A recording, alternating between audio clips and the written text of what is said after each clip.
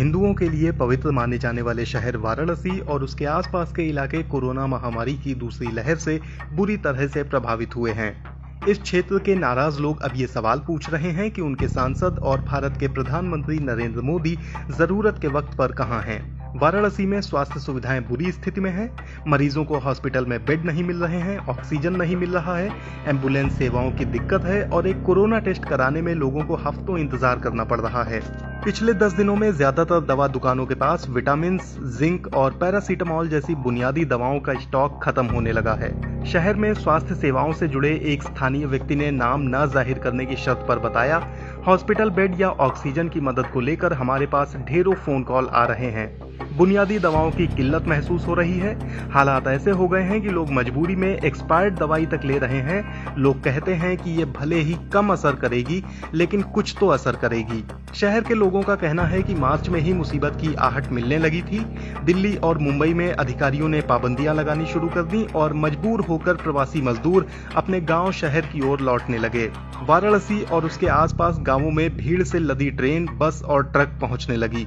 कई लोग तो होली के लिए लौटे थे। होली 29 मार्च को थी। कुछ पंचायत चुनाव में वोट देने के लिए आए थे।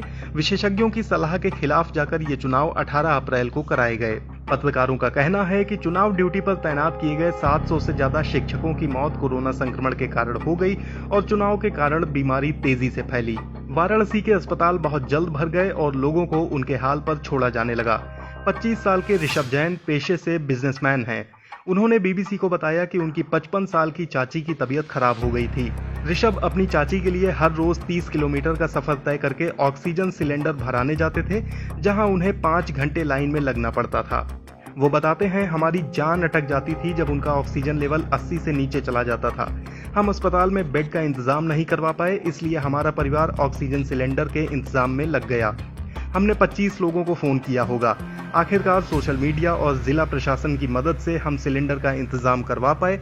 अब वो ठीक हो रही हैं। इन हालात में इलाहाबाद हाईकोर्ट ने 19 अप्रैल को वाराणसी समेत 4 अन्य शहरों में हफ्ते भर के लिए लॉकडाउन लगाने का आदेश दिया था, लेकिन राज्य सरकार ने इस आदेश को मानने से इनकार कर दिया और इसे सुप्रीम कोर्ट में चुनौती दी। राज्य सरकार की दलील थी कि उसे जीवन और आजीविका दोनों को ही बचाना है। हालांकि आलोचकों का कहना है कि सरकार दोनों ही बचाने में नाकाम रही है। राज्य में जिला प्रशासन सप्ताहांत में कर्फ्यू लागू कर रहे हैं, जिसके डर से ज्यादातर व्यापारिक प्रतिष्ठान और दुकानें बंद हैं। हजारों लोगों की रोजी रोटी छिन रही है और वायरस अब भी फैल रहा है। वाराणसी में अब तक कोरोना संक्रमण से 70,612 लोग संक्रमित हो चुके हैं। इस महामारी से यहां 690 लोगों की जान भी गई है। हालात की गंभीरता का अंदाजा इस बात से भी लगाया जा सकता है कि 1 अप्रैल के बाद 65% यानी 46,280 केस रजिस्टर हुए हैं। सरकारी आंकड़ों के मुताबिक वाराणसी में हर रोज लगभग 10 से 11 लोगों की मौत कोरोना के कारण हो रही है।